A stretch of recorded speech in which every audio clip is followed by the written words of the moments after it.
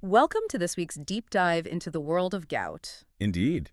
And we've gathered some fascinating information for you today. Whether you're perhaps navigating a flare-up right now, or maybe supporting someone who Or is. even just curious about keeping gout at bay, we know it can be, well, incredibly disruptive. Yeah, a real pain, literally. Exactly. So our mission today is really to unpack the key insights, the things that can actually make a difference for you.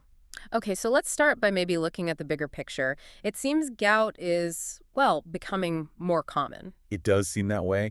We've seen data suggesting quite a significant rise in cases, particularly in Southeast Asia. Right, I saw that figure for Malaysia, something like a 21% increase between 1990 and 2020. That's the one.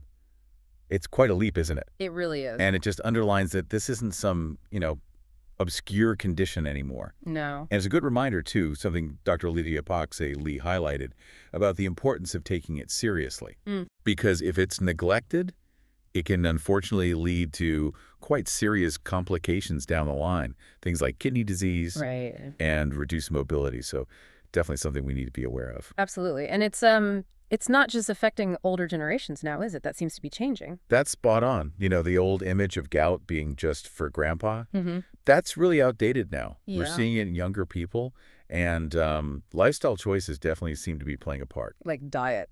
Yeah, diets rich in red meat, shellfish, Mm-hmm. those sorts of things.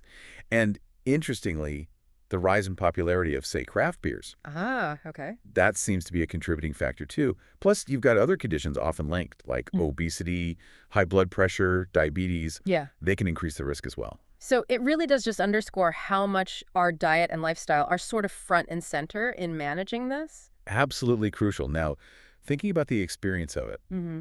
for anyone listening who's had a gout flare, that intense pain Oh, yes. often starts in the big toe, doesn't it? That's the classic spot. But it's so important to remember its reach can be much wider. Ankles, knees, elbows, wrists, Even fingers. even fingers, yeah. They can all be affected. And that must be incredibly difficult for mobility during a flare-up if multiple joints are involved. It can be really debilitating. Yeah. And we also found something quite interesting about how gout can sort of intersect with other joint issues. Oh. Yeah, this thing called enthesopathy. Have you heard of it? Vaguely, isn't it related to repetitive strain, like in runners? Exactly that. Joint pain from repetitive stress. No. But what's fascinating is that the uric acid crystals, the actual culprits in gout, can apparently make that kind of pain worse. Really? How does that work? Well, think of it like those tiny crystals, Mhm. adding extra irritation, sort of smashing into an already stressed joint, like grit in the works. Wow, that's quite an image. And it shows how things can be linked, doesn't it? It does. But the good news there is that even when these things overlap, simple stuff like cold packs or maybe hot packs for some, Mhm. and just gentle stretches, they can still offer some relief, some comfort. That's good to know. Okay, so let's get down to some practical advice then. Things people can maybe start thinking about straight away. Right, let's do that.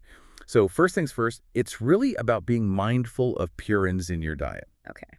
The usual suspects. pretty much. Red meat, shellfish, and yes, unfortunately, beer can be triggers for some people. It's not about cutting them out completely, maybe, but making them occasional treats rather than... Everyday staples. Exactly. Moderation is key. And hydration, that's always mentioned, isn't it? Oh, massively important. Aiming for around, say, 2 liters of water a day, that really helps your body, helps your kidneys flush out that excess uric acid. Such a simple thing, but powerful. It really is. And your kidneys will thank you for it. Then there's movement, also vital. But gently, I imagine. Yes, gently is the word. Low-impact activities are great. Things like walking, swimming, excellent for managing weight without putting too much stress on the joints. Good advice. And what about right in the middle of a flare? For immediate relief. A cold pack.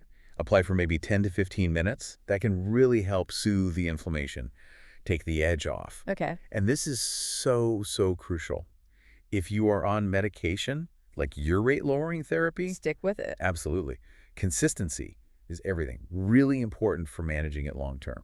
Makes sense. And I heard keeping a diary can be helpful. Yes, definitely. Just a simple record of what you're eating, maybe when symptoms pop up, Yeah. it can be incredibly valuable for figuring out your personal triggers. Like being your own health detective. Precisely.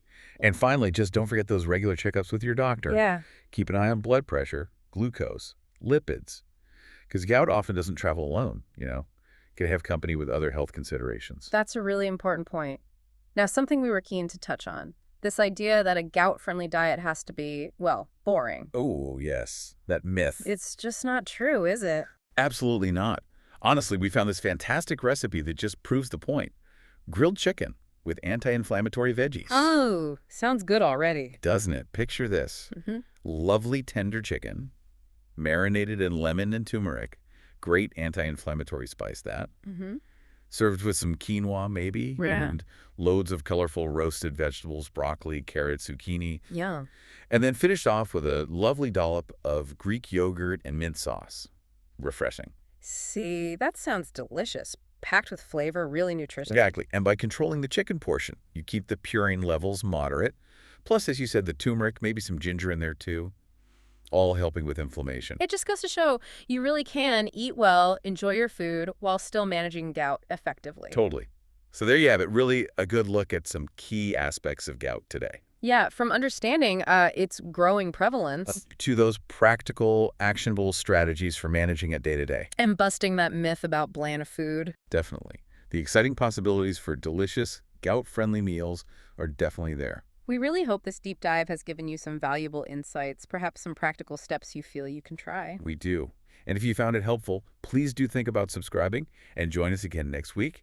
We'll be continuing to explore how to navigate life with gout. Yes, please do join us. Until then, just remember, even with the challenges that gout can bring, every single day holds that promise, that possibility of less pain and more joy.